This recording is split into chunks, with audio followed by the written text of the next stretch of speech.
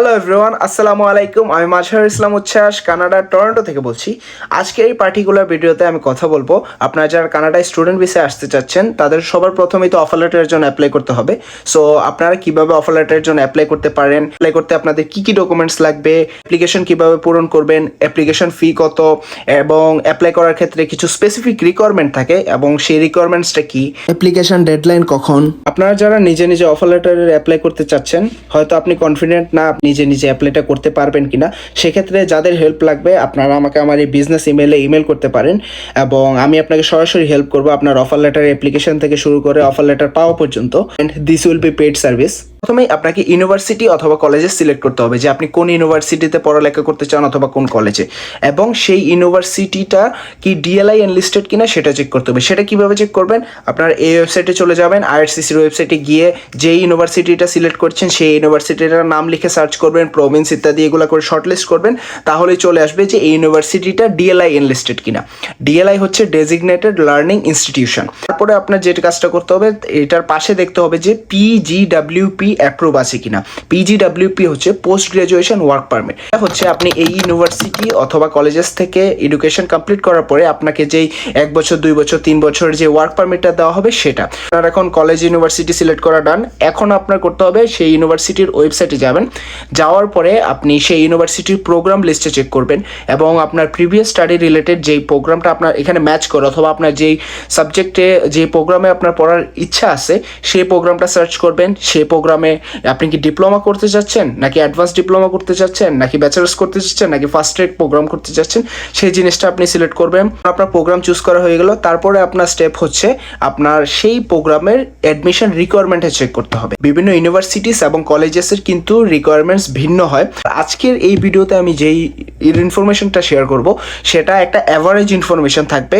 হয়তো কোনো কোনো ইউনিভার্সিটি কলেজের থেকে লো স্কোরও অ্যাকসেপ্ট করতে পারে অথবা এর থেকে আরও হাই স্কোর লাগবে। ভাববেন না, আমি যে ইনফরমেশনটা দিচ্ছি এটাই আপনার ক্ষেত্রে প্রযোজ্য হবে। সো আপনি আপনার ইউনিভার্সিটির ওয়েবসাইটে যাবেন, আপনি প্রোগ্রাম সিলেক্ট করবেন এবং সেই প্রোগ্রামের রিকোয়ারমেন্টসটা ওখানে দেওয়া থাকবে সেটা চেক করবেন। প্রত্যেকটা ইউনিভার্সিটি কলেজে অ্যাপ্লাই করার ক্ষেত্রে এসএসসি এইচএসসির একটা স্পেসিফিক রিকোয়ারমেন্ট থাকে। অ্যাভারেজে যদি বলতে হয় আপনার এসএসসি এইচএসসিতে ইন্ডিভিজুয়ালি জিপিএ 3.5 করে থাকতে হবে, যেটা অলমোস্ট 70% বলা যায়। তারপর আপনার এসএসসি এবং এইচএসসিতে দুইটার জিপিএ যদি ওভারঅল 9-এর উপরে থাকে তাহলে খুবই একটা ভালো স্কোর। যেমন আপনি এসএসসিতে জিপিএ 5 পেয়েছেন এবং এইচএসসিতে 4.5 পেয়েছেন, সো সেক্ষেত্রে আপনার ওভারঅল 10-এর মধ্যে হয়ে গেছে 9.5। সো এটা একটা ভালো স্কোর। অনেকে আমাকে ফেসবুক পেজে কমপ্লেন করেন যে ভাই আপনি শুধু এইচএসসির পরে কানাডা আসা নিয়ে কথা বলেন, যে আমরা যারা মাস্টার্সের জন্য আসতে চাচ্ছি আমাদের জন্য তেমন কোনো গাইডলাইন দেন না।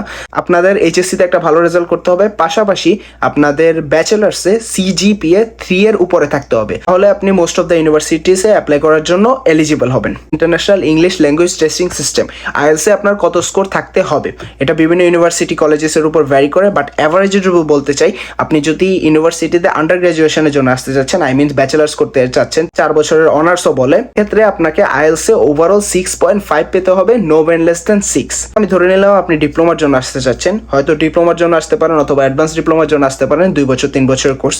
সেক্ষেত্রে আপনার IELTS overall 6, no band less than 6 লাগবে অথবা নো ব্যান লেস দেন 5.5। আবারও বলে নিচ্ছি, make sure to check your university colleges website for the requirements. তারপর যারা মাস্টার্সের জন্য অ্যাপ্লাই করবেন তাদের IELTS overall 7, no band less than 6.5 লাগবে।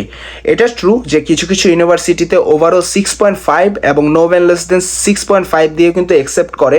সো অবশ্যই make sure to check your universities requirement. তারপরে আপনাকে অ্যাপ্লিকেশন ফর্ম ফিল আপ করতে হবে। আপনি যখন ইউনিভার্সিটিসের ওয়েবসাইটে যাবেন, গিয়ে যখন অ্যাপ্লাই নাও ক্লিক করবেন, তারপরে একটা অ্যাপ্লিকেশন আসবে। এখানে আপনাকে আপনার নাম, আপনার অ্যাড্রেস, আপনার ফোন নাম্বার, ইমেল ইত্যাদি আপনার অন্যান্য সাপোর্টিভ ডকুমেন্টসগুলো আপলোড করতে হবে। আপলোড করার পরে লাস্টে যখন সাবমিটে ক্লিক করবেন তাহলে আপনার অ্যাপ্লিকেশনটা কমপ্লিট হবে। এখন হয়তো চিন্তা করতেছেন যে আপনার কি কি ডকুমেন্টস লাগবে। এসএসসি এইচএসসির আপনার সার্টিফিকেট লাগবে, আপনার টেস্টিমোনিয়াল লাগবে, আপনার ট্রান্সক্রিপ্ট লাগবে। ট্রান্সক্রিপ্টটা খুবই গুরুত্বপূর্ণ, কারণ ট্রান্সক্রিপ্টে লেখা থাকে আপনি ইন্ডিভিজুয়াল ওই সাবজেক্টে কত মার্কস পেয়েছেন এবং আপনার গ্রেডটা কি। এটা সেকেন্ড আপনার যে জিনিসটা দরকার হবে সেটা হচ্ছে আপনার ইংলিশ প্রফিসিয়েন্সি। সো এক্ষেত্রে হয়তো আপনি আইএলস দিতে পারেন, সো আপনার আইএলসের সার্টিফিকেট দরকার হবে। পাশাপাশি আপনি TOEFL দিতে পারেন অথবা আপনি MOE দিতে পারেন। সো এগুলোর সার্টিফিকেট আপনার দরকার হবে। তারপরে আপনাকে আপনার পাসপোর্ট কপি সাবমিট করতে হবে এবং কিছু কিছু ইউনিভার্সিটি হয়তো ফটো চায়, সো সেক্ষেত্রে আপনাকে আপনার একটা পাসপোর্ট সাইজের ছবিও আপলোড করতে হবে। এখন আসি আরও কিছু স্পেসিফিক ডকুমেন্টস নিয়ে, যেগুলা কিছু কিছু ইউনিভার্সিটি কলেজেস আস্ক করে, কিছু কিছু university letter of recommendation ask করে। তারপর আপনার স্টেটমেন্ট অফ পারপাস লাগবে, এসওপি আই মিন। এটা কিন্তু ভিসা অ্যাপ্লাই করার যে এসওপি আর ইউনিভার্সিটি অ্যাপ্লাই করার এসওপি দুইটাই কিন্তু ডিফারেন্ট।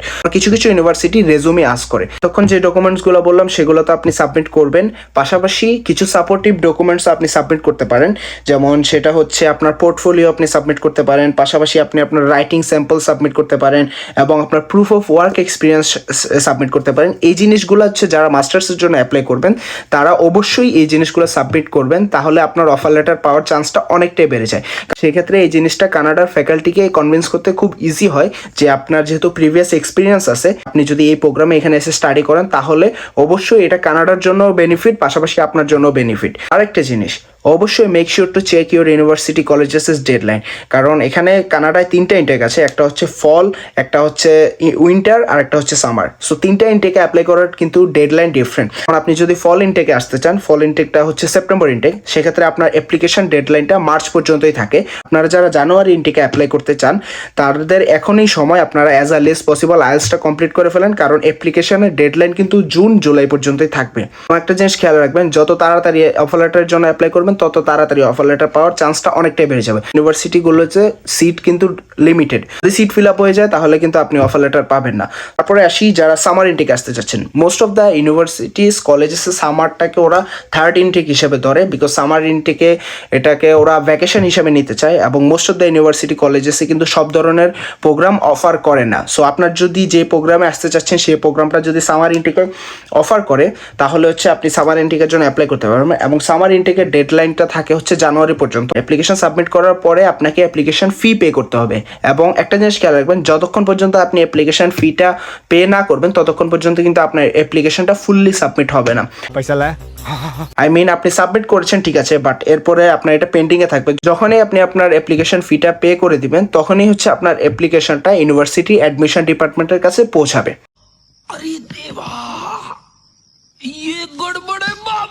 কিছু কিছু ইউনিভার্সিটি কলেজেসে অ্যাপ্লিকেশনটা ফ্রি থাকে, আবার মোস্ট অফ দ্য ইউনিভার্সিটি কলেজেসে অ্যাপ্লিকেশন ফি অ্যাভারেজে বলতে গেলে $100 আশেপাশে।